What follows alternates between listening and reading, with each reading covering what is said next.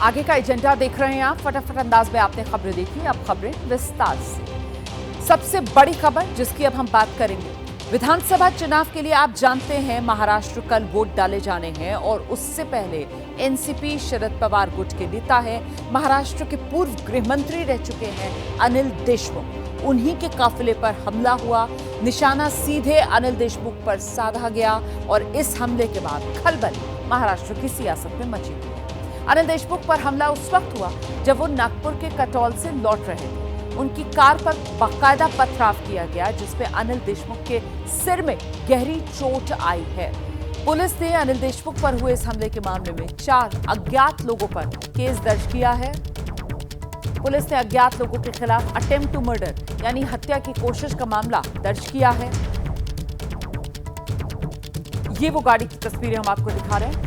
Driver की seat के बराबर वाली आगे की जो सीट होती है वहीं पर अनिल देशमुख बैठे हुए थे और उनकी गाड़ी पर जब पथराव हुआ तो पत्थर सीधे गाड़ी का शीशा तोड़ते हुए देखिए किस तरीके से अनिल देशमुख के सिर पर आकर लगा और ये लहूलुहान खूनम खून अनिल देशमुख। तस्वीरें कुछ धुंधली कर हम आपको दिखा रहे हैं क्योंकि तस्वीरें विचलित कर सकती हैं। तस्वीरों में खून है, अनिल देशमुख के सिर से खून बहता हुआ।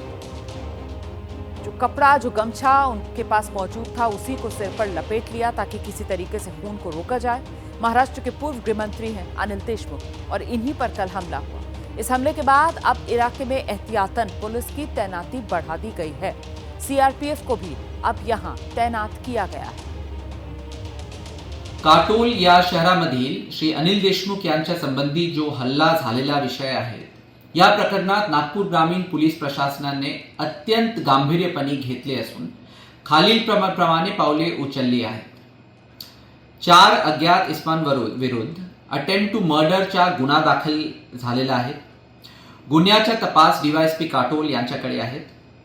घटनास्थळावर माननीय विशेष पोलीस महानिरीक्षक नागपूर परिक्षेत्र आणि नागपूर जिल्हाधिकारी यांनी भेट पण दिलेली आहे।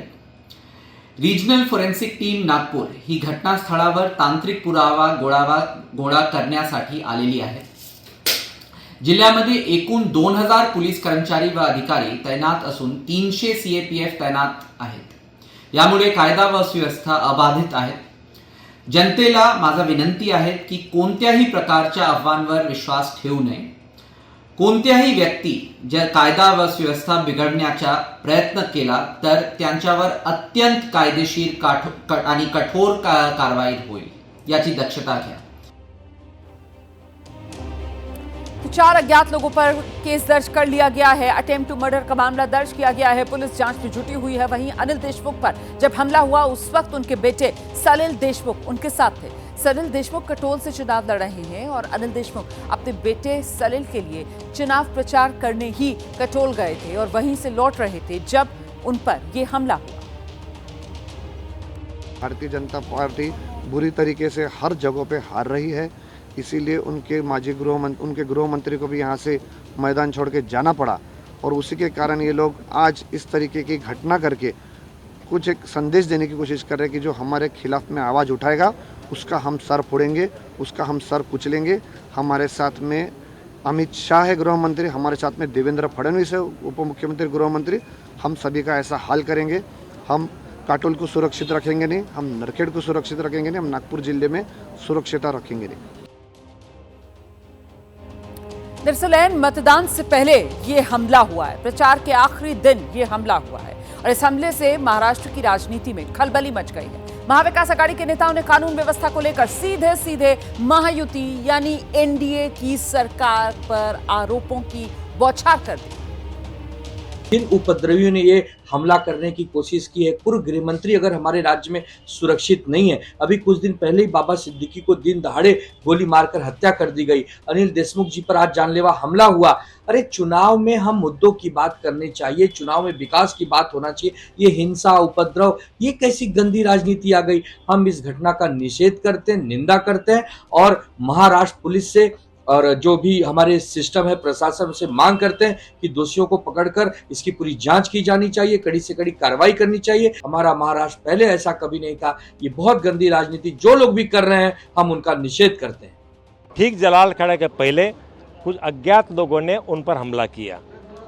इस बात को हम जिम्मेदारी से कहना चाहते हैं कि पिछले 5-6 दिन से हमारे कंस्टिट्यूंसी में एक तरह की चर्चा चल रही थी कि यहाँ पर आदरणीय देवेंद्र जी फडणवीस और चरण सिंह ठाकुर या भारतीय जनता पार्टी के तमाम नेताओं ने पूरी ताकत लगाने के बावजूद भी भारतीय जनता पार्टी पूरी तरह से हारने के कगार पर खड़ी है।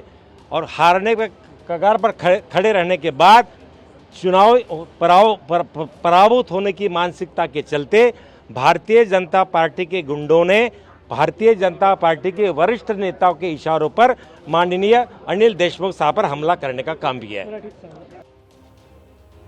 तो महाराष्ट्र के पूर्व गृह मंत्री अनिल देशमुख और उन पर ये हमला, उनकी गाड़ी पर पथराव, और अब तो सबसे बड़ा सवाल यही बना हुआ है कि आखिरकार अनिल देशमुख पर हमला किसने किया। सीधे आपको लेकर चलेंगे हमारे साथ हमारे सहयोगी मृत्युंजय सिंह इस वक्त मौजूद हैं। मृत्युंजय, पुलिस ने 4 अज्ञात लोगों पर मामला दर्ज किया है।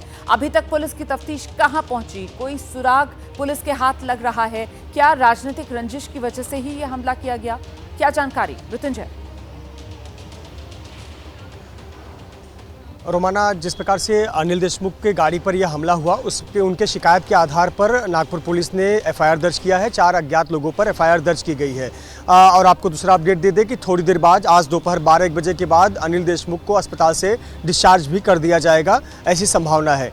तीसरी जो महत्वपूर्ण बात है, इस पर बीजेपी संदेह का आरोप लगा रही है, कुछ सवाल खड़े कर रही है। बीजेपी कह रही है, बीजेपी के नेता परिणय फुके हैं जो कि वहाँ के स्थानीय नेता हैं, उनका कहना है कि अचानक से पूर्व गृह मंत्री की गाड़ी जिसकी रफ्तार 60-70 किलोमीटर प्रति घंटे थी, वो अचानक 20-30 किलोमीटर प्रति घंटे की रफ्तार पर धीमी क्यों हो गई।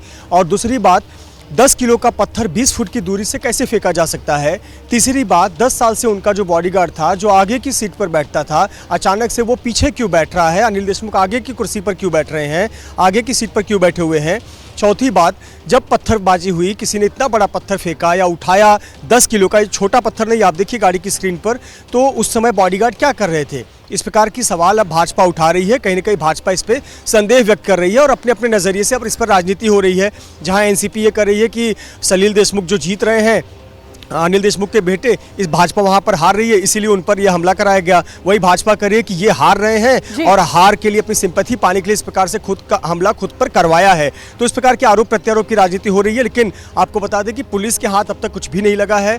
ये कौन अज्ञात लोग थे, कहां से आए थे, क्यों फेंका, किसने फेंका, अब तक आधिकारिक तौर पर पुलिस ने ऐसी कोई जानकारी नहीं दी है। रहिए मेरे साथ मृत्युंजय। तो कुल मिलाकर सियासी सवालों में फिलहाल ये हमला जो अनिल देशमुख पर हुआ वो उलझा हुआ नजर आ रहा है। हम आगे बढ़ रहे हैं। महाराष्ट्र के पूर्व गृह मंत्री अनिल देशमुख पर हुए इस हमले के लिए शिवसेना उद्धव गुट ने डिप्टी सीएम देवेंद्र फडणवीस को जिम्मेदार ठहरा दिया है। उद्धव गुट के प्रवक्ता संजय राउत वो कह रहे हैं महाराष्ट्र में चुनाव में ऐसी चुनावी हिंसा पहले तो कभी नहीं हुई। बात ऐसी है, महाराष्ट्र की कानून व्यवस्था, लॉ एंड ऑर्डर पूरी तरह से खत्म हो गई। इस राज्य में चुनाव में इस प्रकार की भयंकर हिंसा कभी नहीं हुई थी। देवेंद्र फडणवीस विद्यमान गृह मंत्री है, उनके शहर में महाराष्ट्र के पूर्व गृह मंत्री अनिल देशमुख के ऊपर उनको मारने की साजिश, उनकी हत्या करने की साजिश और उनको जिस तरह से हमला किया, आपने देखा उसका वीडियो, पूरा सर टूट गया, फूट गया। मैं मानता हूं कि देवेंद्र फडणवीस जो गृह मंत्री है, 2 साल में महाराष्ट्र की जिस तरह से वाट लगाई है लॉ एंड ऑर्डर की।